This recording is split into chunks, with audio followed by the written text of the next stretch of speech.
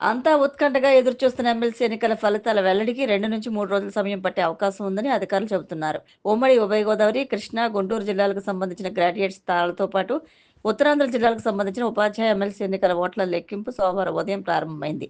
గుంటూరులోని ఏసీ కాలేజ్లో graduate MLC ఎన్నికల కౌంటింగ్ ప్రక్రియ జరుగుతోంది. ఉమ్మడి ఉభయ గోదావరి జిల్లాలకు సంబంధించిన గ్రాడ్యుయేట్ ఎమ్మెల్సీ ఎన్నికల కౌంటింగ్ ప్రక్రియ ఏలూరులోని సిఆర్ఆర్ ఇంజనీరింగ్ కళాశాలలో జరుగుతోంది. ఇతర ఎన్నికల ఓట్ల లెక్కింపుతో పోల్చితే ఎమ్మెల్సీ ఎన్నికల ఓట్ల లెక్కింపు ప్రక్రియ భిన్నంగా ఉంటుంది. ఇందులో పోలైన ఓట్లలో చెల్లుబాటు అయిన ఓట్లనే పరిగణలోకి తీసుకుంటారు. అలా ఆ ఓట్లలో సగానికంటే ఒక్క ఓటు ఎక్కువ వచ్చినా ఆ అభ్యర్థిని విజేతగా ప్రకటిస్తారు. మొదటి ప్రాధాన్యత ఓటుతో ఏ అభ్యర్థి విజేతగా నిలవకపోతే గెలుపు కోటాకు సరిపడినన్ని ఓట్లు ఎవరికైతే వస్తాయో అప్పటి వరకు మిగతా ప్రాధాన్యత ఓట్లను లెక్కిస్తారు. ఈ విధంగా మొదటి ప్రాధాన్యత తర్వాత రెండో ప్రాధాన్యత ఓట్లను లెక్కిస్తారు. అయితే పోటీ చేసిన అభ్యర్థుల్లో అందరికన్నా మొదటి ప్రాధాన్యత ఓట్లు తక్కువ వచ్చిన అభ్యర్థి నుంచి జాబితా నుంచి తొలగిస్తారు. అలా తొలగిస్తూ చివరికి విజేతను ప్రకటిస్తారు. 2027లో జరిగే గోదావరి పుష్కరాల నాటికి రాజమహేంద్రవరం నగరపాలక సంస్థలో కొత్త పాలక మండలి కొలువుదీరుతుందని రూరల్ ఎమ్మెల్యే గోరంట్ల బుచ్చయ్య చౌదరి వెల్లడించారు. పుష్కరాలకు భక్తులు, యాత్రికులు మొత్తం రాజమహేంద్రవరం రాకుండా వివిధ ప్రాంతాలకు మళ్లిస్తామన్నారు. పుష్కరాలకు సుమారు 10 కోట్ల మంది భక్తులు, యాత్రికులు రావచ్చని అంచనా వేస్తున్నామన్నారు. వైసీపీ హయాంలో నోటుకొచ్చినట్లు మాట్లాడిన పోసాని కృష్ణమురళిని ఉరి తీయాలని గోరంట్ల బుచ్చయ్య చౌదరి ఆగ్రహం వ్యక్తం చేశారు. ఆవు భూములు దోపిడీయేనని, గత ప్రభుత్వంలో తప్పు చేసిన వారెవరిని వదలమని స్పష్టం చేశారు. రాజానగరం నియోజకవర్గంలో వ్యవసాయ విద్యుత్ కనెక్షన్లు మంజూరు చేయకపోవడంతో 300 బోర్లు నిలిచిపోయాయని, దీనివల్ల ఈ వేసవిలో తోటలు ఎండిపోయే అవకాశాలు ఉన్నాయని రాజానగరం ఎమ్మెల్యే బత్తుల బలరామకృష్ణ అసెంబ్లీలో ఆందోళన వ్యక్తం చేశారు. వెంటనే బోర్లకు విద్యుత్ కనెక్షన్లు జారీ చేయాలన్నారు. ముక్కినాడ, నన్నయ్య విశ్వవిద్యాలయం, కోటికేశ్వరంలో కొత్త సబ్స్టేషన్లు ఏర్పాటు చేయాలని, సీతానగరంలో విద్యుత్ సరఫరాకు అంతరాయం లేకుండా చర్యలు తీసుకోవాలని విజ్ఞప్తి చేశారు. నియోజకవర్గంలో లైన్మెన్ల కొరత లేకుండా చర్యలు తీసుకోవాలన్నారు. ఉదయం 6 గంటల నుంచే వ్యవసాయానికి విద్యుత్ సరఫరా చేయాలని అసెంబ్లీలో కోరారు. దివంగత లోక్సభ స్పీకర్ జేఎంసీ బాలయోగిని కేంద్రం విశిష్ట అవార్డుతో గౌరవించాలని స్వర్ణాంధ్ర నిర్వాహకుడు గుబ్బల రాంబాబు కోరారు. బాలయోగి వర్ధంతి వేడుకలను స్వర్ణాంధ్ర వృద్ధాశ్రమంలో ఘనంగా నిర్వహించారు. వృద్ధులతో కలిసి జేఎంసీ బాలయోగి చిత్రపటానికి పూలమాలలు వేసి నివాళులర్పించారు. ఈ సందర్భంగా రాంబాబు మాట్లాడుతూ జిల్లా పరిషత్ చైర్మన్, ఎంపీ, ఎమ్మెల్యే, విద్యాశాఖ మంత్రిగా, 2 సార్లు లోక్సభ స్పీకర్గా బాలయోగి జిల్లాకు, రాష్ట్రానికి, దేశానికి విశేష సేవలు అందించారని రాంబాబు కొనియాడారు. తూర్పుగోదావరి జిల్లాకి, ముఖ్యంగా కోనసీమకు బాలయోగి చేసిన సేవలు అమూల్యమన్నారు. ఎవరు సహాయం కోరి వచ్చినా వారికి సేవలు అందించడంలో బాలయోగి ముందుంటూ అందరి మన్ననలు పొందారన్నారు. ఈ కార్యక్రమంలో హరిప్రసాద్, ధనలక్ష్మి, కొండలరావు తదితరులు పాల్గొన్నారు. ఇంటిని చక్కదిద్దే అమ్మే అసలు సిసలు మేనేజర్ అని ఆదికవి నన్నయ్య విశ్వవిద్యాలయం వైస్ ఛాన్సలర్ ఆచార్య సత్తుపాటి ప్రసన్నశ్రీ పేర్కొన్నారు. యూనివర్సిటీలో కామర్స్, మేనేజ్మెంట్ విభాగం ఆధ్వర్యంలో సవిష్కార్ 2K25 పేరిట రాష్ట్ర స్థాయి కామర్స్ ఫెస్ట్ జరిగింది. ఈ ఉత్సవాన్ని యూనివర్సిటీ వైస్ ఛాన్సలర్ ప్రసన్నశ్రీ ప్రారంభించారు. ఈ సందర్భంగా ఆమె మాట్లాడుతూ ఇలాంటి కార్యక్రమాల వల్ల విద్యార్థుల్లో సృజనాత్మకత, నైపుణ్యాలు మెరుగుపడతాయన్నారు. ఇంటిని అమ్మ ఎలా చక్కదిద్దుతుందో ఒక సంస్థను మేనేజర్ అలా చక్కదిద్దుతారన్నారు. ఈ కార్యక్రమానికి డైరెక్టర్గా వ్యవహరించిన యూనివర్సిటీ కామర్స్, మేనేజ్మెంట్ విభాగాధిపతి ఆచార్య ఎన్ ఉదయభాస్కర్ మాట్లాడుతూ తమ యూనివర్సిటీ ద్వారా మేనేజ్మెంట్, టూరిజం కోర్సులు పూర్తి చేసిన విద్యార్థులు ఉన్నత ఉద్యోగాలు సాధించారన్నారు. ఇలాంటి కార్యక్రమాల ద్వారా విషయ పరిజ్ఞానం పెరుగుతుందన్నారు. విశిష్ట అతిథిగా పాల్గొన్న LIC senior divisional manager K Sandhyarani మాట్లాడుతూ జీవితంలో అస్థిరత, అనిశ్చితి, సంక్లిష్టత, సందిగ్ధత ఉంటే ఎన్ని ఆటుపోట్లనైనా తట్టుకుని ఉన్నత స్థాయికి చేరుకుంటారన్నారు. మరో విశిష్ట అతిథి గెయిల్ హెచ్ఆర్ మేనేజర్ వైవి మూర్తి మాట్లాడుతూ ఇలాంటి కార్యక్రమాల ద్వారా మనకు కావలసిన నైపుణ్యాలు, మానవ సంబంధాలు పెరుగుతాయన్నారు. వివిధ ప్రాంతాలకు చెందిన విద్యార్థులు, అధ్యాపకులు ఈ కార్యక్రమంలో పాల్గొన్నారు. బొమ్మూరులోని doctor BR Ambedkar GMR polytechnic కళాశాల అభివృద్ధికి తమ వంతు కృషి చేస్తామని పూర్వ విద్యార్థులు అసోసియేషన్ సభ్యులు బోరుగడ్డ జోసెఫ్, శ్రీనివాస్, రాజ్ కుమార్లు తెలిపారు. బొమ్మూరులోని జిఎంఆర్ పాలిటెక్నిక్ కళాశాలలో 1987, 2021 వరకు చదువుకున్న పూర్వ విద్యార్థులు ఆత్మీయ సమ్మేళనం ఘనంగా నిర్వహించారు. పూర్వ విద్యార్థులు principal V Nageswara Rao, computer, mechanical, electrical విభాగాల అధిపతులతో కలిసి కళాశాల అభివృద్ధిపై చర్చించారు. ప్రస్తుతం కళాశాలలో చదువుతున్న విద్యార్థులకు పూర్వ విద్యార్థులు కెరీర్ గైడెన్స్ పై అవగాహన కల్పించారు. ఈ సందర్భంగా పూర్వ విద్యార్థుల అసోసియేషన్ ఉపాధ్యక్షుడు బోరుగడ్డ జోసెఫ్, కోశాధికారి కొంబత్తు శ్రీనివాస్, రాజ్ కుమార్లు మాట్లాడుతూ అసంపూర్తిగా నిలిచిపోయిన హాస్టల్ భవనాన్ని పూర్తి చేయడంతో పాటు ల్యాబ్స్ పరికరాలకు ప్రభుత్వం వెంటనే స్పందించి తగిన నిధులు విడుదల చేస్తే విద్యార్థుల భవిష్యత్తుకు దోహదపడుతుందన్నారు. 2015లో పూర్వ విద్యార్థుల ద్వారా ఆర్ఓ ప్లాంట్ ఏర్పాటు చేయడం చేశామని, అన్ని డిపార్ట్మెంట్ ల్యాబులను ఆధునీకరించడంతో పాటు తరగతి గదులలో మంచినీటి సదుపాయం కల్పిస్తామని హామీ ఇచ్చారు. పన్ను బకాయిలను వెంటనే చెల్లించాలని నగరపాలక సంస్థ కమిషనర్ కేతన్ గార్గ్ విజ్ఞప్తి చేశారు. లేని పక్షంలో నగరపాలక సంస్థ చట్టంలో నిర్దేశించిన ప్రకారం అత్యవసర సర్వీసులైన కుళాయి కనెక్షన్లు మరియు విద్యుత్ కనెక్షన్లు నిలుపుదల చేయడమే కాక ఆస్తి జప్తుకి చట్ట ప్రకారం చర్యలు తీసుకుంటామని హెచ్చరించారు. పన్ను చెల్లింపుదారుల సౌకర్యార్థం రాజమహేంద్రవరం నగరపాలక సంస్థ నందు ఏర్పాటు చేయబడిన కౌంటర్లతో పాటు నగరంలోని ప్రకాష్ నగర్ మీ సేవా కేంద్రం, సీతంపేట మీ సేవా కేంద్రం, కోటిపల్లి బస్టాండ్ మీ సేవా కేంద్రం, వియ్యలపురం, నారాయణపురం, బొగ్గుల దిబ్బ, బర్మా కాలనీ, సచివాలయాల్లో అదనపు కౌంటర్లు ఏర్పాటు చేసినట్లు వెల్లడించారు. మార్చి 3న వన్యప్రాణుల దినోత్సవం సందర్భంగా ప్రత్యేక కథనాన్ని వీక్షించండి. వనాలు, వన్యప్రాణులతోనే మానవ జీవితం ముడిపడి ఉంది. ప్రపంచంలో జీవ వైవిధ్యం సజావుగా ఉంటేనే భూమి మీద మనుషుల మనుగడ సజావుగా ఉంటుంది. జీవులు పరస్పరం ఆధారపడి జీవిస్తాయి. ఒక చైన్ మాదిరిగా ఉండే జీవ వైవిధ్యాన్ని కాపాడే వన్యప్రాణులు ఒక్కొక్కటే కనుమరుగైపోతుంటే చివరకు మనిషి మనుగడే ప్రశ్నార్థకంగా మారే పరిస్థితులు తలెత్తుతాయి. మనుషుల స్వార్థానికి, అరణ్యాలకు, తద్వారా వన్యప్రాణులకు ఆపద ఏర్పడుతోంది. భారతదేశంలో ప్రమాదం అంచుల్లో ఉన్న 132 జీవజాతులు ఉన్నట్లు ఇటీవల అంతర్జాతీయ నివేదికలు వెల్లడించాయి. అయితే ఒక అంతర్జాతీయ నివేదిక ప్రకారం 1750 నాటి నుంచి ఇప్పటి వరకు భారత భూభాగంపై కనిపించిన వన్యప్రాణి జాతుల్లో 4, వృక్ష జాతుల్లో 18 పూర్తిగా అంతరించిపోయాయి. దాదాపు 6.5 కోట్ల ఏళ్ల కిందట గ్రహ శకలాలు భూమిని తాకిన ఫలితంగా అప్పటి వరకు భూమి మీద మనుగడ సాగించిన భారీ జీవులైన డైనోసార్లు పూర్తిగా అంతరించిపోయాయి. మన జాతీయ జంతువుగా గర్వంగా చెప్పుకునే బెంగాల్ పులి, గంగా నది డాల్ఫిన్, గరియాల్ జాతికి చెందిన మొసలి, కొంగ జాతికి చెందిన ఇండియన్ బస్టర్డ్, ఖడ్గమృగం, కృష్ణ జింక, అడవి గాడిద, నీటి బర్రె, ఏనుగు, కోతి, రేచు కుక్క, రెడ్ పాండా వంటివి కూడా ఉన్నాయి. జంతు జాతుల్లో పాండా వంటివి కూడా ఉన్నాయి.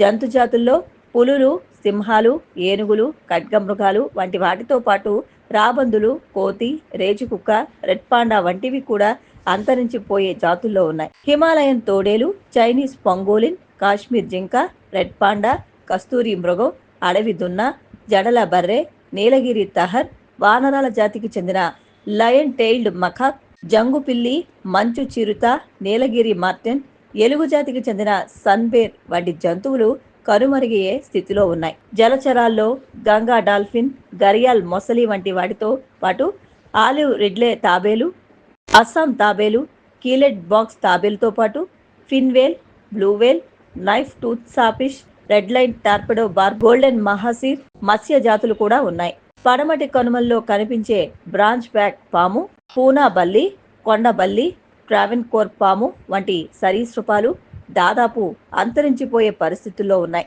నిత్యం మనతో మమేకమైన పిచ్చుక, ఆవు, కుక్కల మనుగడను కూడా మానవుల స్వార్థం ప్రశ్నార్థకం చేస్తోంది. పూర్వం ప్రతి ఇంట్లో పిచ్చుకలు కిచకిచమంటూ హడావిడి చేసేవి. వాటి కోసం ఇళ్లలో వరి కంకులతో గూళ్లు ఏర్పాటు చేసేవారు. ఈ ఆధునిక సెల్ ఫోన్ల కాలంలో పిచ్చుకల జాడే అరుదైపోయింది. కోట్లాది జనాభా ఉన్న భారతదేశంలో ప్రతి వ్యక్తికి దాదాపు సెల్ ఫోన్ నిత్యావసరంగా మారిపోయింది. సెల్ టవర్ల నుంచి వచ్చే రేడియేషన్ కారణంగా పిచ్చుక జాతి దాదాపు అంతరించిపోయింది. అలాగే మాంసం, కొవ్వుల కోసం హిందువులకు పవిత్రమైన గోవులను వధిస్తున్నారు. గోవుల వ్యాపారం, మాంస విక్రయాలు కార్పొరేట్ స్థాయిలో జరుగుతూ ఉండడం ఆందోళన కలిగిస్తోంది. కుక్కలను నియంత్రించాల్సిన అధికార యంత్రాంగమే వాటిని అనధికారికంగా హతం చేస్తోంది. అభివృద్ధిలో భాగంగా రవాణా అవసరాల కోసం అటవీ ప్రాంతాల గుండా రోడ్లు నిర్మిస్తున్నారు. కొన్ని ప్రాంతాల్లో అడవులను ఆనుకుని పరిశ్రమలు, వ్యాపార సంస్థలు వెల్లుస్తున్నాయి. దీనివల్ల అడవిలో ఉండాల్సిన జంతువులకు ఆవాసాలు కరువై జనావాసాల మధ్యకు చేరుకుని ప్రాణాపాయ స్థితికి చేరుతున్నాయి. చిత్తూరు, విజయనగరం వంటి ప్రాంతాల్లో ఏనుగుల గుంపు జనావాసాల మధ్యకు ఈ విధంగానే చేరుతున్నాయి. తిరుపతి వంటి అటవీ ప్రాంతాలకు దగ్గరగా ఉండే జనావాసాల్లోకి చిరుతలు, జింకలు, దుప్పులు వంటివి వస్తున్నాయి. తమ పొలాలు ధ్వంసం చేస్తున్నాయని, చిరుతల కారణంగా ప్రాణాపాయం ఉందని స్థానికులు ఆందోళన వ్యక్తం చేస్తున్న నేపథ్యంలో వాటిని పరిరక్షించేందుకు అటవీ శాఖ కోట్లాది రూపాయలు వెచ్చిస్తోంది. చేతులు కాలాక ఆకులు పట్టుకునే కన్నా సాధు జంతువులైన జింకలు, దుప్పులు, ఏనుగుల వంటి వాటి కోసం అడవుల్లోనే పచ్చిక బయళ్లు, పండ్ల చెట్లు, నీటి ఆవాసాలు అభివృద్ధి చేస్తే అవి అడవిలోనే హాయిగా జీవిస్తాయి. వాటిని వేటాడి జీవించే పులులు, ఇతర క్రూరమృగాలు కూడా అడవిని వదిలి బయటకు వచ్చే అవకాశాలు ఉండవని నిపుణులు సూచిస్తున్నారు. అయితే అడవులు, వన్యప్రాణుల సంరక్షణకు కృషి చేయాల్సిన అటవీ శాఖ కలప, అటవీ ఉత్పత్తుల వేలం ద్వారా వచ్చే ఆదాయంపైనే ఎక్కువ మక్కువ చూపిస్తోందన్న విమర్శలు వ్యక్తమవుతున్నాయి. అంతరించిపోతున్న అడవి జాతుల సంరక్షణ గురించి ప్రజల్లో అవగాహన కలిగించేందుకు ప్రపంచ వన్యప్రాణుల దినోత్సవాన్ని ప్రతి సంవత్సరం మార్చి 3న నిర్వహిస్తున్నారు. మానవుల స్వార్థం కారణంగా అరణ్యాలని ఆవాసం చేసుకున్న అసంఖ్యాకమైన వన్యప్రాణుల మనుగడకు ముప్పు వాటిల్లుతోంది. దాదాపు 10 లక్షలకు పైగా జాతులకు చెందిన వన్యప్రాణులు అంతరించిపోయే పరిస్థితుల్లో ఉన్నాయని ఐక్యరాజ్య సమితి సహా పలు అంతర్జాతీయ సంస్థలు హెచ్చరికలు చేస్తున్నాయి. భారతదేశంలోనూ వన్యప్రాణుల పరిస్థితి ఇందుకు భిన్నంగా లేదు. వన్యప్రాణులు ఒక్కొక్కటే అంతరించిపోతూ ఉంటే చివరకు మనిషి మనుగడకే ముప్పు తప్పదని కూడా చెబుతున్నాయి. ప్రపంచంలోని దాదాపు 60% పైగా జీవ వైవిధ్యానికి ఆశ్రయం కల్పిస్తున్న 17 దేశాలలో భారత్ ఒకటి. భారతదేశంలో దాదాపు 551 వన్యప్రాణుల అభయారణ్యాలు, 18 జీవ వైవిధ్య అభయారణ్యాలు, 104 నేషనల్ పార్కులు ఉన్నాయి. వన్యప్రాణులను, జీవ వైవిధ్యాన్ని కాపాడడానికి ప్రభుత్వం వీటిని ఏర్పాటు చేసింది. స్థూలంగా చూసుకుంటే దేశంలోని 5.1% భూభాగాన్ని, 1.65 లక్షల చదరపు కిలోమీటర్ల విస్తీర్ణాన్ని మన ప్రభుత్వం వన్యప్రాణుల రక్షణ కోసం ఉపయోగిస్తోంది. మన దేశంలోని పడమటి కనుమలు, తూర్పు హిమాలయ ప్రాంతం, భారత్ బర్మా సరిహద్దు ప్రాంతాలు 3 ప్రపంచంలోనే గొప్ప జీవ వైవిధ్యానికి ప్రతీకలుగా చెప్పవచ్చు. ప్రపంచంలోని పాలిచ్చే జీవుల్లో 7.6%, ఉభయచరాల్లో 14.7%, పక్షి జాతులు 6%, సరీసృపాలు 6.2%, పూలు పూసే వృక్షజాతులు 6% భారత భూభాగంలో ఉన్నాయి. ఇన్ని విశేషాలు ఉన్నా ప్రపంచంలో చాలా చోట్ల మాదిరిగానే మన దేశంలోనూ వన్యప్రాణుల మనుగడకు పూర్తి భరోసా ఇచ్చే పరిస్థితులు ఏమీ లేవు. ఈ పరిస్థితుల కారణాలు అనేకం. మనుషులు అడవులను అడ్డగోలుగా ఆక్రమించుకోవడం, ఎన్ని నిషేధాజ్ఞలు అమలులో ఉన్నా వన్యప్రాణులను యథేచ్ఛగా వేటాడడం, ఖనిజ ఆయిల్ ఇంధనాలను, రసాయనిక ఎరువులు, పురుగు మందులను యథేచ్ఛగా వాడటం వంటి చర్యలతో ప్రకృతి సమతుల్యత గతి తప్పి వన్యప్రాణుల మనుగడకు ప్రమాదం కలుగుతోంది. ఆర్థిక వ్యవస్థలు, జీవనోపాధి, ఆహార భద్రత, ఆరోగ్యం, జీవన నాణ్యతలకు సంబంధించిన పునాదులకు మానవులే హాని చేసుకుంటున్నారు. మితిమీరిన చేపల వేట, ప్లాస్టిక్ వ్యర్థాలు వంటి వాటితో చివరకు సముద్రాలను కూడా దారుణంగా నాశనం చేస్తున్నారు. ఇటీవలి కాలంలో ఖనిజ ఇంధనాల వినియోగం వల్ల మితిమీరి పెరుగుతున్న కాలుష్యం, దాని ఫలితంగా పెరుగుతున్న భూతాపం, యథేచ్ఛగా సాగుతున్న అడవుల నరికివేత, విశృంఖలమైన వేట, వ్యవసాయ పద్ధతుల్లో మార్పుల వల్ల పెరిగిన పురుగు మందులు, రసాయనిక ఎరువుల వినియోగం వంటివి వన్యప్రాణుల మనుగడకు తీవ్ర స్థాయిలో ముప్పు తెచ్చిపెడుతున్నాయి. ఇవన్నీ మానవ తప్పిదాలు. వీటిని నియంత్రించుకుంటే మన కళ్ల ముందే చాలా జీవజాతులు అంతరించిపోయే ప్రమాదం ఉంది. కొన్నిసార్లు ప్రకృతి వైపరీత్యాలు, ప్రమాదాలు కూడా వన్యప్రాణులు అంతరించిపోవడానికి కారణమవుతూ ఉంటాయి.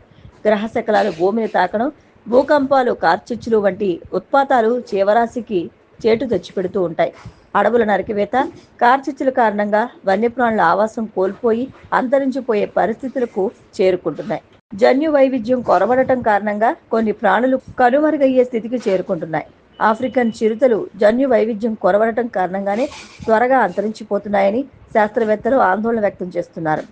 ఆహారం కొరవడటం వల్ల మరికొన్ని జీవజాతులు నశిస్తున్నాయి. దోమలను ఆహారంగా తీసుకుంటూ మనుగడ సాగించే కొన్ని రకాల కప్పలు, గబ్బిలాల సంఖ్య ఇటీవలి కాలంలో గణనీయంగా తగ్గుముఖం పడుతోంది. ప్లాస్టిక్, ప్రమాదకరమైన రసాయనాలు సముద్రాల్లో కలుస్తూ ఉండడంతో పలు జాతులకు చెందిన సముద్ర జీవులు, పగడపు దీవులు కూడా వేగంగా నశిస్తున్నాయి. ప్రపంచవ్యాప్తంగా దాదాపు 87 లక్షల జీవజాతులు మనుగడ సాగిస్తున్నాయని, వీటిలో 10 లక్షల జీవజాతుల మనుగడ ముప్పులో ఉందని ఐక్యరాజ్య సమితి విడుదల చేసిన నివేదిక స్పష్టం చేస్తుంది. ప్రపంచంలోని 50 ప్రధాన దేశాల ప్రభుత్వాలు, శాస్త్ర పరిశోధన సంస్థల నుంచి సేకరించిన వివరాలతో 145 మంది శాస్త్ర నిపుణులు 1500 పేజీలతో ఈ నివేదికను రూపొందించారు. నవ సహస్రాబ్దిలో ఐక్యరాజ్య సమితి నిర్దేశించుకున్న ప్రపంచ సుస్థిరాభివృద్ధి లక్ష్యాలను చేరుకోవాలంటే 2030 నాటికి భూమి మీద మనుగడ సాగిస్తున్న వాటిలో ప్రమాదం అంచుల్లో ఉన్న 30% జీవజాతులను కాపాడుకోవాలని, 2050 నాటికి అంతరించిపోయే స్థితిలో ఉన్న వాటిలో 50% జీవజాతులను రక్షించుకోవాలని నిపుణులు పిలుపునిస్తున్నారు. శతాబ్ది వ్యవధిలోనే మన దేశంలో పులుల సంఖ్య 95% పైగా కనుమరుగవడంతో ప్రభుత్వం 1972లో పులులను కాపాడుకోవడానికి ప్రాజెక్టు టైగర్ను ప్రారంభించింది. అదే ఏడాది వన్యప్రాణి పరిరక్షణ చట్టాన్ని అమలులోకి తీసుకువచ్చింది. ప్రాజెక్టు టైగర్ ఇప్పుడిప్పుడే కొంత ఆశాజనకమైన ఫలితాలను ఇస్తూ ఉండటం శుభ పరిణామం. దంతాల కోసం ఏనుగుల వేట విచ్చలవిడిగా సాగడంతో ఏనుగుల మనుగడకు ముప్పు వాటిల్లే పరిస్థితులు తలెత్తిన నేపథ్యంలో 1992లో ప్రభుత్వం ప్రాజెక్ట్ ఎలిఫెంట్ను ప్రారంభించింది. అదే రీతిలో మొసళ్ళు, తాబేళ్ల పరిరక్షణ కోసం ప్రత్యేకమైన ప్రాజెక్టులను ప్రారంభించింది. ఇటీవలి కాలంలో ప్రభుత్వం రాబందుల పరిరక్షణ కోసం, ఖడ్గమృగాల పరిరక్షణ కోసం కూడా ప్రత్యేక ప్రాజెక్టులను ప్రారంభించింది. ప్రభుత్వాలు వన్యప్రాణుల పరిరక్షణ కోసం ఎన్ని కార్యాచరణ ప్రణాళికలు రూపొందించుకుని అమలులోకి తెచ్చినా ఖనిజ ఇంధన వినియోగాన్ని గణనీయంగా తగ్గించకుండా జీవ వైవిధ్యాన్ని దీర్ఘకాలంలో కాపాడుకోవడం సాధ్యం కాదని శాస్త్రవేత్తలు హెచ్చరించారు.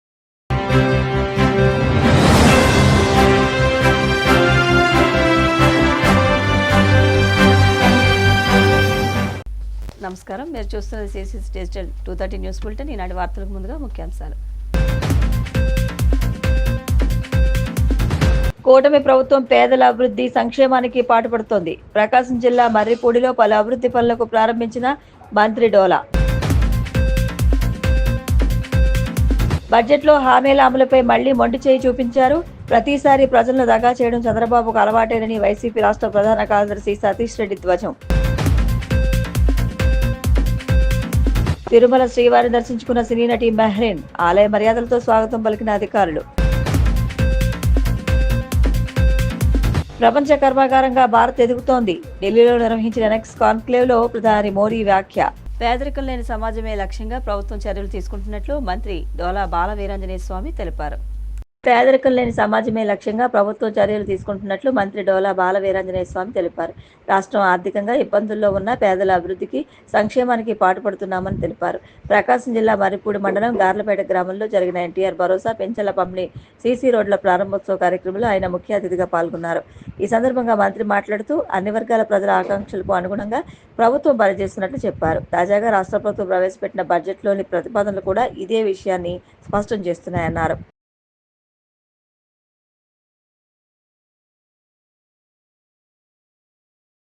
ప్రభుత్వం మారింది. మీకు అప్పుడు కూడా చెప్పాను, నేను గ్యారంటీగా రేపు వచ్చిన తర్వాత మన ఊరికి రోడ్డు వేపిస్తానని చెప్పాను. మాగాడి గట్ల మీద కూడా ఇబ్బందులు పడతా ఉన్నారని చెప్పాను. అందుకోసం 73 లక్షలు మన ప్రభుత్వం వచ్చిన తర్వాత పంచాయతీరాజ్ శాఖ మంత్రి ఉప ముఖ్యమంత్రి పవన్ కళ్యాణ్ గారు పల్లె పండుగ కార్యక్రమాన్ని తీసుకోవడం జరిగింది. దానిలో భాగంగా రోడ్డు మంజూరు చేసినప్పుడు ప్రధానంగా మన గార్లపేట ఎస్సీ కాలనీకి వెళ్ళాలని చెప్పి మన గ్రామంలో ఉన్నటువంటి పెద్దలందరూ, మన గ్రామ నాయకులు, మాజీ సర్పంచులు, మాజీ ఎంపీటీసీలు కదా, అదేవిధంగా మన అందరూ కూడా చెప్పారు. నాకు గుర్తున్న విషయం, ఈ కాలనీకి రోడ్డు వేయాలని చెప్పేసి 73 లక్షలు మంజూరు చేశాం. రోడ్డు అయింది. మీరు ఊర్లోకి రావాలంటే చీకట్లో రావటం ఇంత వచ్చింది కాబట్టి మీ ఊరు అతనే మన కట్ట వెంకటేశ్వర నరసాపురం ఆయన ఇప్పుడు ఎలక్ట్రిసిటీ కరెంటుకి జిల్లా ఆఫీసర్ ఎస్సీగా ఉన్నాడు. చెప్పి 2 రోజుల నాకు లైన్ ఏర్పాటు చేయండి, పల్లెకి లైట్ వేయాలని చెప్పి నేను. ఆయన కూడా స్తంభాలు వేయాలంటే కొద్దిగా కష్టం అని చెప్పాడు. అయినా కానీ డబ్బు గవర్నమెంట్ డబ్బులు లేవు చూసుకోవాలని చెప్పి మొత్తానికి వెంటనే లైన్ ఇచ్చాడు. ఊర్లో పంచాయతీ నుంచి ఆ లైట్ వేపించడం జరిగింది. శివరాత్రి రోజు అమావాస్య అంటారు కాబట్టి శివరాత్రి రోజు లైట్లు ఇచ్చాం. గుర్తుంటది ఆ పండుగ ఎప్పుడు వచ్చినా. పోయిన సంవత్సరం శివరాత్రిగా మన ఊరికి ఊర్లో లైట్లు వచ్చినా మీరు చెప్పుకోవాలనుకుంటున్నారు. గుర్తుగా ఆ రోజు ఇచ్చారు. ఆ రోజు లైట్లు వేసినా, ఆ రోజు రోడ్లు వేసినా, ఇల్లు కట్టినా ఇదంతా తెలుగుదేశం ప్రభుత్వం జరిగింది. ఇప్పుడు ఇళ్ల స్థలాలు అడుగుతున్నారు. నేను చూస్తున్నా చాలా రోడ్ల మీద ఖాళీ ప్లాట్లు చాలా కనిపిస్తున్నాయి. ఆ ప్లాట్లలో సర్దుబాటు చేసుకుంటే ఇల్లు మీరు అడిగే ఇల్లు కట్టుకోవచ్చు. కాదు మీరు అడిగిన దానికి కావాలంటే ఇంత దూరంగా వెళ్ళే కన్నా ఉన్న దానిలో మనం ఒక చోట అందరూ ఒక చోట ఉంటే బాగుంటుంది. రెండోది, ఈ పెంకుటిళ్ళు ఇవన్నీ కూడా పడగొట్టుకొని ఇల్లు కట్టుకుంటామంటే ఎంతమంది కట్టుకుంటామంట. ఉన్న కాలనీ మొత్తం పాతిళ్ళు చాలా ఉన్నాయి. ఇప్పుడు ఎన్టీ రామారావు గారు మొత్తం అసలు ముఖ్యమంత్రి అప్పుడు కట్టుకున్నటువంటి ఇల్లు, ఆ ఇల్లు ఉన్నాయి కూడా ఇప్పుడు చాలా మందికి 83లో కట్టుకున్న 54 ఇల్లు. ఆ ఇల్లు కూడా పడగొట్టుకొని కొత్త ఇల్లు కట్టుకోవడానికి నేను మంజూరు చేస్తాం.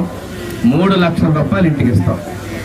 ఇల్లు కట్టుకోవడానికి 3 లక్షల రూపాయలు మన ప్రభుత్వం, మన ఎన్డీఏ ప్రభుత్వం చంద్రబాబు నాయుడు ముఖ్యమంత్రి నిన్న కూడా ఎస్సీలకి గవర్నమెంట్ కేంద్రం వచ్చే అదనంగా 50,000 రూపాయలు ఇద్దామని చెప్పేసి, ఎస్టీలకు అయితే 3,25,000 రూపాయలు ఇంటికి కూడా ఇచ్చేదానికి ఉంది. గత ప్రభుత్వం ఉందమ్మా, ఆ రోజు మనం 2,25,000 ఇంటికి ఇస్తుంటే ఆయన 1,80,000 ఇచ్చాడు. ఆ గవర్నమెంట్లో ఇల్లు కట్టుకుంటే మధ్యలో ఆగిపోయిన వాళ్ళు కూడా 3 లక్షల రూపాయలు ఎస్సీలకి, 3,10,000 ఎస్టీలకి ఇచ్చేదానికి మన ప్రభుత్వం సిద్ధంగా ఉంది అని చెప్పేసి నేను తెలియజేస్తాను. ఎన్నికల హామీల అమలుకు బడ్జెట్లో కేటాయింపులు చేయకుండా కూటమి ప్రభుత్వం ప్రజలను పచ్చిగా మోసం చేసిందని వైసీపీ రాష్ట్ర ప్రధాన కార్యదర్శి ఎస్వి సతీష్ రెడ్డి ఆగ్రహం వ్యక్తం చేశారు. ఎన్నికల హామీల అమలుకు బడ్జెట్లో కేటాయింపులు చేయకుండా కూటమి ప్రభుత్వం ప్రజలను పచ్చిగా మోసం చేసిందని వైసీపీ రాష్ట్ర ప్రధాన కార్యదర్శి ఎస్వి సతీష్ రెడ్డి ఆగ్రహం వ్యక్తం చేశారు. కడప ప్రెస్ క్లబ్లో ఆయన మీడియాతో మాట్లాడుతూ ఇచ్చిన వాగ్దానాలు అమలు చేయకపోతే కాలర్ పట్టుకుని ప్రశ్నించాలన్న నారా లోకేష్ మంత్రిగా తన పోలీసు భద్రతను పక్కకు పెట్టి ప్రజల్లోకి రాగలరా అని సవాల్ చేశారు.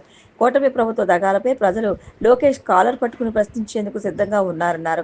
ఎన్నికల ముందు కూటమి పార్టీలు అధికారంలోకి వస్తే ప్రజలకు ఏ అంశాలకు ప్రాధాన్యత ఇస్తామో చెప్పారని, ఇప్పుడు అధికారంలోకి వచ్చిన తర్వాత హామీలు అమలు చేసేందుకు బడ్జెట్లో వారు చేసిన కేటాయింపులే వారి మోసాన్ని బయటపెట్టాయని దుయ్యబట్టారు. కేటాయిస్తాం, ఏ రకంగా ఏ స్కీమ్స్ చేస్తామనేటువంటి ఆ ప్లానింగ్నే బడ్జెట్ అంటాం. దాంట్లో ఏ పథకానికి ఎంతెంత డబ్బులు కేటాయిస్తామనేది ప్రధాన అంశం.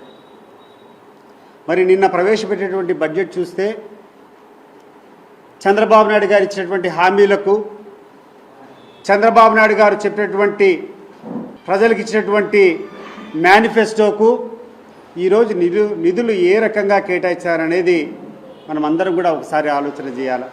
కొన్ని వేల హామీలు ఇచ్చాడు. ఏ ఊరికి పోయినా, ఏ గడపకు దొక్కినా ప్రతి ఒక్కరికి ఏం కావాలంటే అవన్నీ ఇచ్చాడు. లాస్ట్ అన్నిటికంటే ముఖ్యం సూపర్ 6 నాకు ప్రాధాన్యత. సూపర్ 6ను ఎటువంటి పరిస్థితుల్లో అమలు చేస్తామని చెప్పారు. ఆ సూపర్ 6 యొక్క విషయం ఈరోజు మనం ఆలోచన చేస్తే, ఈరోజు రాష్ట్రంలో ఉన్నటువంటి ప్రతి ఒక్క నిరుద్యోగికి సంవత్సరానికి నెలకు 3,000 రూపాయలు నిరుద్యోగ భృతి ఇస్తా అని చెప్పాడు. నేను అడుగుతున్నాను ఈరోజు చంద్రబాబు నాయుడు గారిని, ఈ యొక్క నిరుద్యోగ భృతికి ₹1 అన్నా నీ యొక్క బడ్జెట్లో కేటాయింపులు చేశావా? ఇది నువ్వు ఈ రాష్ట్రంలో ఉన్నటువంటి యువతకు, నిరుద్యోగులకు చేసినటువంటి మోసం కాదా అని చెప్పి నేను అడుగుతున్నాను. స్త్రీనిధి అని చెప్పావు.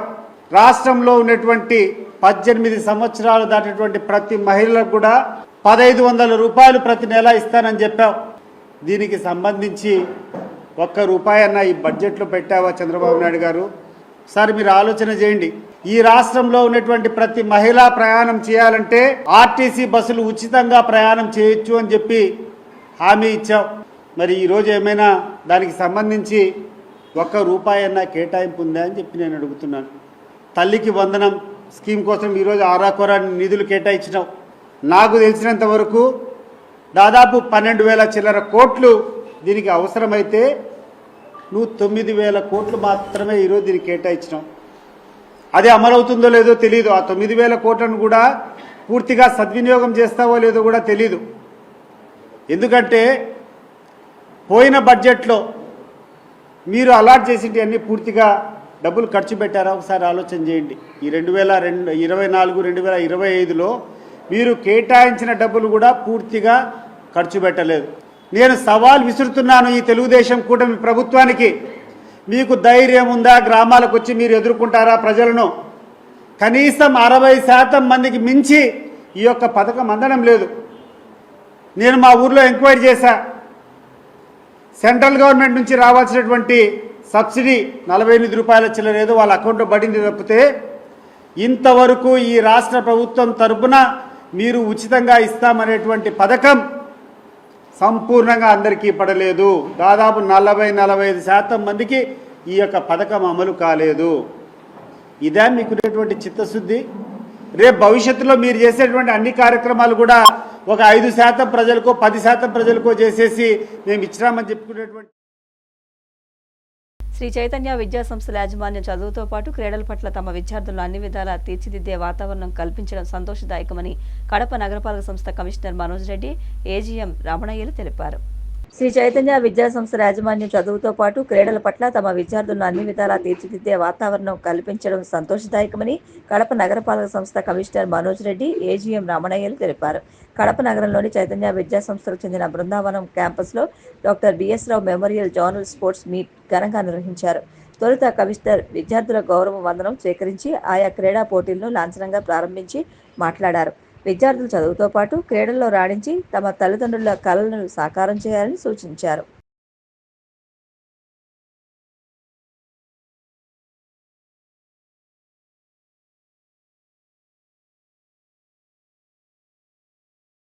ఇక్కడ శ్రీ చైతన్య ఇన్స్టిట్యూషన్స్ సంబంధించి స్పోర్ట్స్ మీట్కి రావడం ఎంతో ఆనందంగా ఉంది.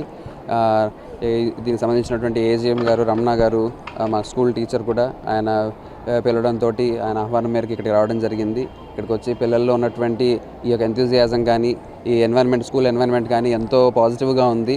చాలా మంచి బిల్డింగ్స్, అదేవిధంగా ఇన్ఫ్రాస్ట్రక్చర్ కూడా చాలా బాగుండడం వల్ల పిల్లలకి చాలా మంచి ఎన్వైర్న్మెంట్ ఉందన్న ఒక ఫీలింగ్ కలిగింది రాగానే. So it is a good thing, it is a good inspiration and good model for other schools కూడా అని అనిపిస్తూ ఉంది చూసినప్పుడు. అండ్ పిల్లలు కూడా చాలా ఎంతూజియాస్టిక్గా కల్చరల్ యాక్టివిటీస్ కానీ స్పోర్ట్స్లో కానీ పార్టిసిపేట్ చేయాలని ఇంట్రెస్ట్ కనిపిస్తూ ఉంది. So it is a very great pleasure ఇక్కడికి వచ్చి ఇటువంటి ఈవెంట్లో పార్టిసిపేట్ చేయడం. So thank you for BS Rao గారి పేరు పైన BS Rao memorial sports meet, జిల్లా స్థాయి స్పోర్ట్స్ మీట్ ఇవాళ ఇక్కడ కడప బృందావనం క్యాంపస్లో జరుపుకోవడం జరుగుతుంది. ఈ సందర్భంగా ఇక్కడికి ఇచ్చేసినటువంటి మున్సిపల్ కమిషనర్ మనోజ్ రెడ్డి గారికి, CK Dinne police station CI circle inspector Shivashankar గారికి, మరియు మా ప్రిన్సిపల్స్ కడప టౌన్లో ఉండేటువంటి అన్ని బ్రాంచ్ ప్రిన్సిపల్స్ ఇక్కడ వచ్చి పాల్గొనడం, వాళ్ళతో పాటు వాళ్ళ పిల్లలందరినీ తీసుకొచ్చి ఈ స్పోర్ట్స్ మీట్లో పాల్గొనడం ఎంతో ఆనందంగా ఉంది. శ్రీ చైతన్య విద్యా సంస్థల్లో కేవలం చదువు కోసమే ప్రామాణికం కాకుండా విద్యార్థులను అన్ని రంగాలుగా అభివృద్ధి చెందించాలా, అన్ని రంగాల్లో ముందుండాలనే ఉద్దేశంతో బ్రాంచ్ లెవెల్లోనూ, జిల్లా స్థాయిలోనూ, రాష్ట్ర స్థాయిలోనూ, దేశ స్థాయిలోనూ పోటీలు నిర్వహించి పిల్లల్లో దాగి ఉన్నటువంటి నాలెడ్జ్ను, అంటే స్పోర్ట్స్ పరంగా శారీరకంగా మానసికంగా దృఢంగా చేయడం కోసం చిన్న చిన్న సమస్యలకు కృంగిపోకుండా ఆ సమస్యలను ఎలా ఎదుర్కోవాలనేది తర్ఫీదునివ్వడం కోసం స్పోర్ట్స్ అనేటి ఒక మంచి సాధనంగా ఉపయోగపడతాయి. అలాంటి ప్రోగ్రామ్స్ శ్రీ చైతన్య ఇన్స్టిట్యూషన్స్లో నిరంతరం కొనసాగిస్తూనే ఉన్నాం. ఈ సంవత్సరం కాకుండా గత 10 సంవత్సరాలుగా కూడా శ్రీ చైతన్య విద్యా సంస్థల్లో ఇలాంటి ప్రోగ్రామ్స్ నిర్వహిస్తున్నాం. మా చైర్మన్ గారు ఇటీవల మరణం చెందిన తర్వాత ఆయన పేరు మీద మొట్టమొదటిగా ఈ మెమోరియల్ స్పోర్ట్స్ మీట్ నడపడం చాలా గర్వంగా ఉంది. ఆయన స్థాపించినటువంటి శ్రీ చైతన్య విద్యా సంస్థలు ఇవాళ మహావృక్షమై దేశవ్యాప్తంగా కొన్ని లక్షల మంది విద్యార్థులను తీర్చిదిద్దుతూ దేశానికి మంచి పౌరులుగా, ఉత్తమ విద్యార్థులుగా తయారు చేసి మంచి రంగాల్లో నిపుణులను తయారు చేస్తున్నటువంటి శ్రీ చైతన్య విద్యా సంస్థల అధ్యాపక బృందానికి, శ్రీ చైతన్య విద్యా సంస్థల మేనేజ్మెంట్ అయినటువంటి డాక్టర్ నాగేంద్ర గారికి, సీమా మేడం గారికి.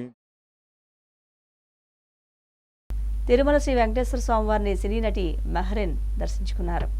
తిరుమల శ్రీ వెంకటేశ్వర స్వామివారిని సినీ నటి మెహ్రీన్ దర్శించుకున్నారు. ఉదయం విఐపి విరామ సమయంలో స్వామివారి సేవలో పాల్గొని మొక్కులు చెల్లించుకున్నారు. దర్శనానంతరం వీరికి రంగనాయకుల మండపంలో వేద పండితులు వేద ఆశీర్వచనం అందించగా ఆలయ అధికారులు స్వామివారి తీర్థప్రసాదాలు అందజేసి పట్టు వస్త్రంతో సత్కరించారు.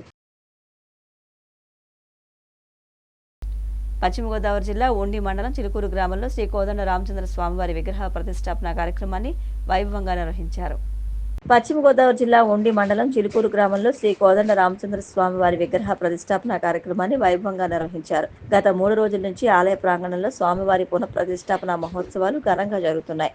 ఆలయ ధర్మకర్త వేగ్నేశ్న వెంకటరమణరాజు, ఆలయ కమిటీ చైర్మన్ వేగ్నేశ్న సత్యనారాయణరాజు, గ్రామ సర్పంచ్ ముదునూరి వెంకటస్వామిరాజు, దాతలు భీమరాజు, మాజీ సర్పంచ్ బంగారరాజు, సీతారామరాజు తదితరులు పూజలు చేశారు.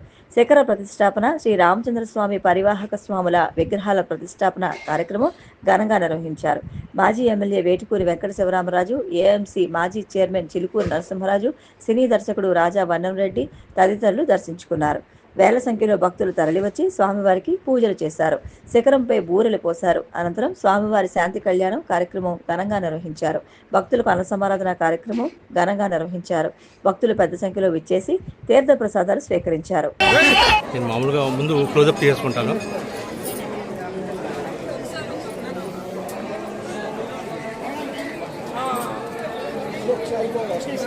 అక్కడ జోడ ఉండాలి. పట్టుకున్నాను.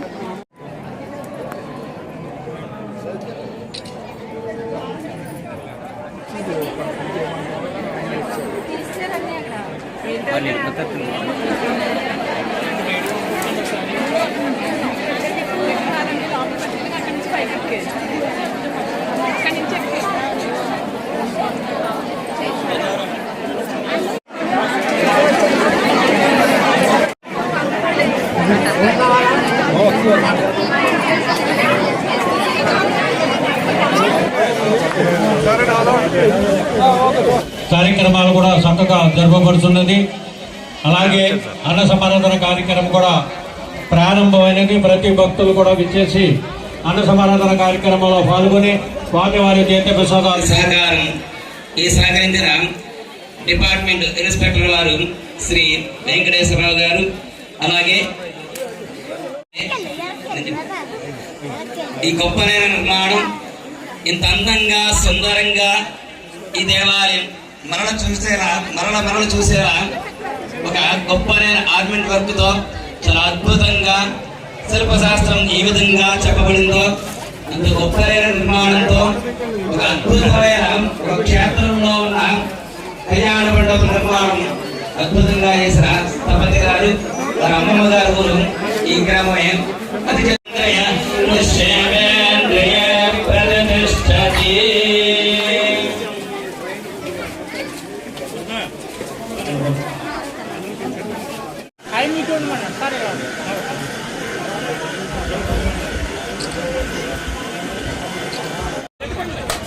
బోర్లు పోసే వారందరూ కూడా ఏకస్థానానికి దక్షిణం వైపు శిఖరం మీదకి వెళ్లే దారి దగ్గర పాత్రలు ఏర్పాటు చేశారు. 2 గంటల తర్వాత శిఖరం మీద బోర్లు పోసే ప్రక్రియ ప్రారంభించబడుతుంది. అందరూ కూడా దర్శనం చేసుకుని స్వామికి అన్నప్రసాదాన్ని స్వీకరించి మరల వచ్చినట్లయితే కేవలం డైరెక్షన్ పట్టుకోవటానికి ఏదన్నా ఊగినప్పుడు లాగడమే, మీకేం లేబక్కర్లేదండి. ఊరిగా వదంటాడు. హలో, ఆయనలో అప్పచెప్పాలి గమని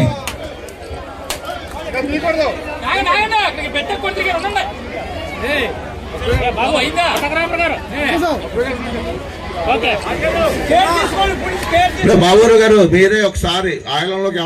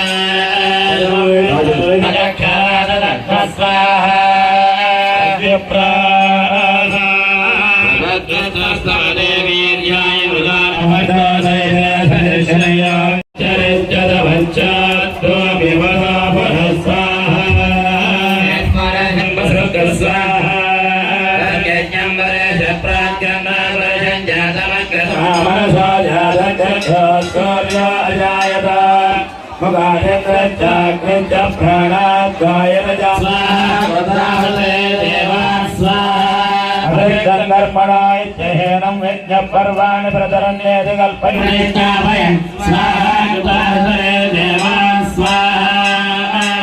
అది పూర్ణ ఫలితం అందుకునే సమయం. మహాపూర్ణాహ సోమగుండంలో వేసి నమస్కారం చేసుకోవాలి. ప్రథమంగా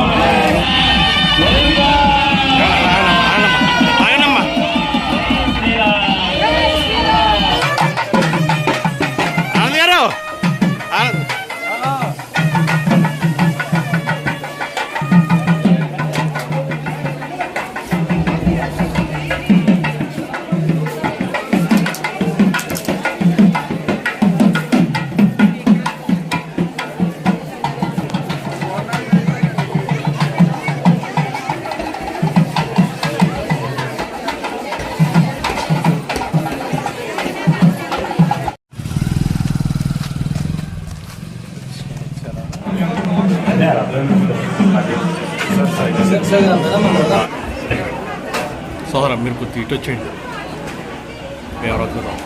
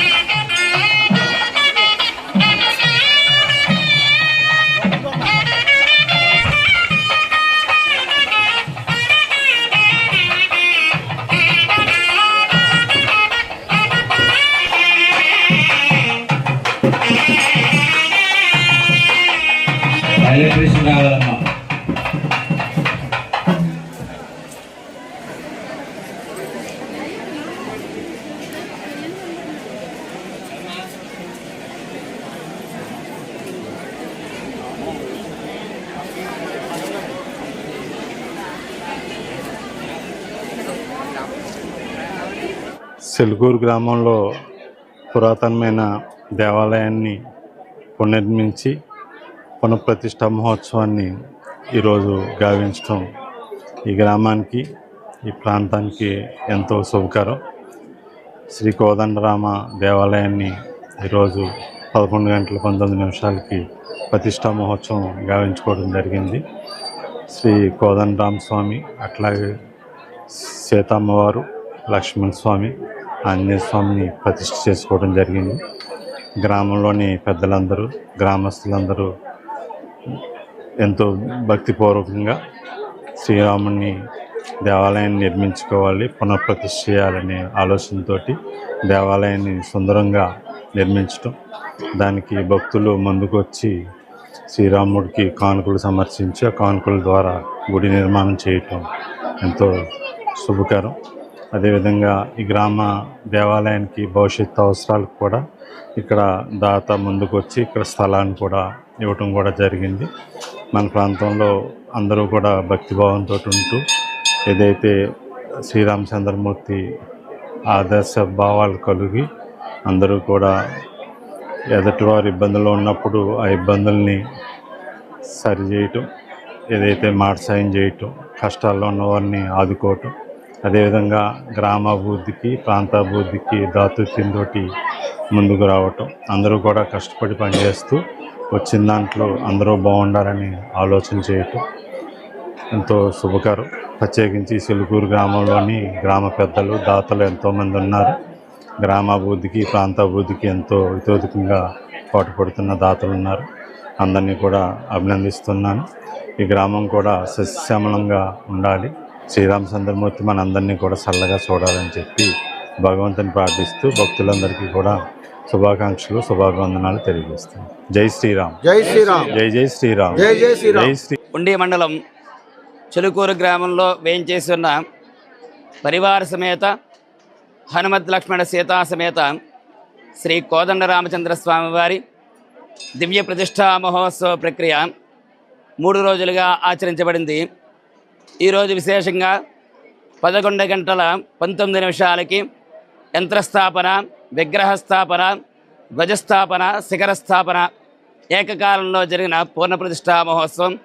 ఉదయం నుంచి వైదిక కార్యక్రమంగా విశేషమైన ప్రక్రియలు జరపబడుతూ మంత్రపూరితంగా రత్నన్యాస ప్రక్రియ ఆచరించి ముహూర్తకాలానికి ప్రతిష్టా మహోత్సవం పూర్తి చేసుకుని స్వామివారికి విశేషమైన ప్రక్రియగా మహాశాంతి హోమం, స్వామి యొక్క మూలమంత్ర అనుష్ఠానపూర్వకంగా, పారమాత్మకోపనిషత్పూర్వకంగా విశేషమైన హోమ కార్యక్రమం, మహాపూర్ణాహుతి కైంకర్యం జరుపుకొని త్రిషోడశ జీవకళావాహన, స్వామికి బింబంలో 48 జీవకళలు ఆవాహన చేసే కైంకర్యం కొద్ది నిమిషాల్లో జరపబడుతున్నది.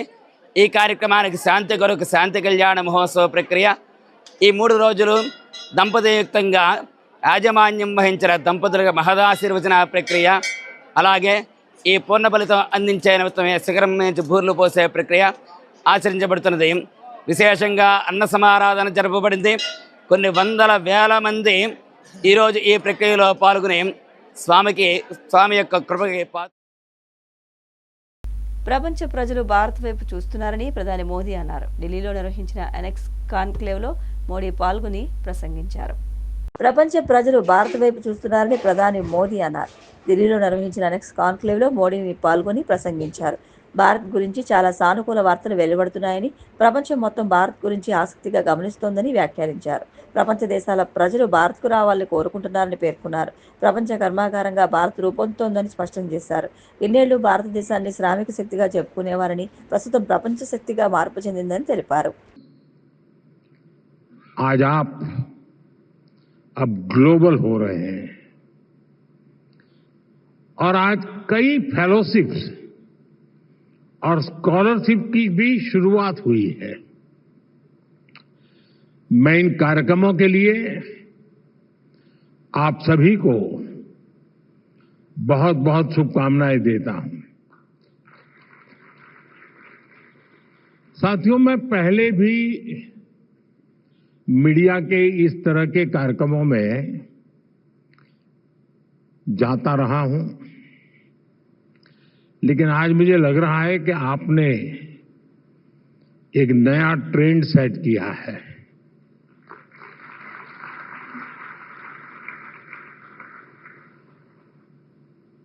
और मैं इसके लिए भी आपको बहुत बहुत बधाई देता हूं। हमारे देश में मीडिया के इस तरह के इवेंट्स होते रहते हैं और एक परंपरा भी चल रही है, उसमें कुछ आर्थिक विषय भी है, हर एक का फायदे का मामला रहता है जरा। लेकिन आपके नेटवर्क ने इसे एक नया डायमेंशन दिया है। आपने लीक से हटकर एक नए मॉडल पर काम किया है। मुझे याद है, अगर मैं पहले की समिट और आपकी समिट के संबंध में जो कल से सुन रहा हूं, पहले जो समिट अलग अलग मीडिया हाउस ने की है वो नेता सेंट्रिक रही है। मुझे खुशी है ये नीति सेंट्रिक है। यहां नीतियों की चर्चा हो रही है। ज्यादातर इवेंट जो हुए हैं वे बीते हुए कल के आधार पर वर्तमान की नुक्तेचीनी वाले रहे हैं। मैं देख रहा हूं कि आपका ये समिट आने वाली कल को समर्पित है। मैं देखता था कि पहले जितने भी ऐसे कार्यक्रमों को मैंने दूर से देखा या खुद हुआ गया, वहां विवाद का महत्व ज्यादा था, यहां संवाद का। వార్తలు ముగించే ముందు ముఖ్యాంశాలు మరొకసారి. కూటమి ప్రభుత్వం పేదల అభివృద్ధి సంక్షేమానికి పాటుపడుతోంది. ప్రకాశం జిల్లా మర్రిపూడిలో పలు అభివృద్ధి పనులకు ప్రారంభించిన మంత్రి డోలా. బడ్జెట్లో హామీల అమలుపై మళ్లీ మొండి చేయి చూపించారు. ప్రతిసారి ప్రజలను దగా చేయడం చంద్రబాబుకు అలవాటేనని వైసీపీ రాష్ట్ర ప్రధాన కార్యదర్శి సతీష్ రెడ్డి ధ్వజం. తిరుమల శ్రీవారిని దర్శించుకున్న సినీ నటి మెహ్రీన్. ఆలయ మర్యాదలతో స్వాగతం పలికిన అధికారులు. ప్రపంచ కర్మాగారంగా భారత్ ఎదుగుతోంది. ఢిల్లీలో నిర్వహించిన నెక్స్ట్ కాన్క్లేవ్ లో ప్రధాని మోడీ వ్యాఖ్య. CCC డిజిటల్ 230 న్యూస్ బులెటిన్ ఇంతటితో సమాప్తం. నమస్కారం.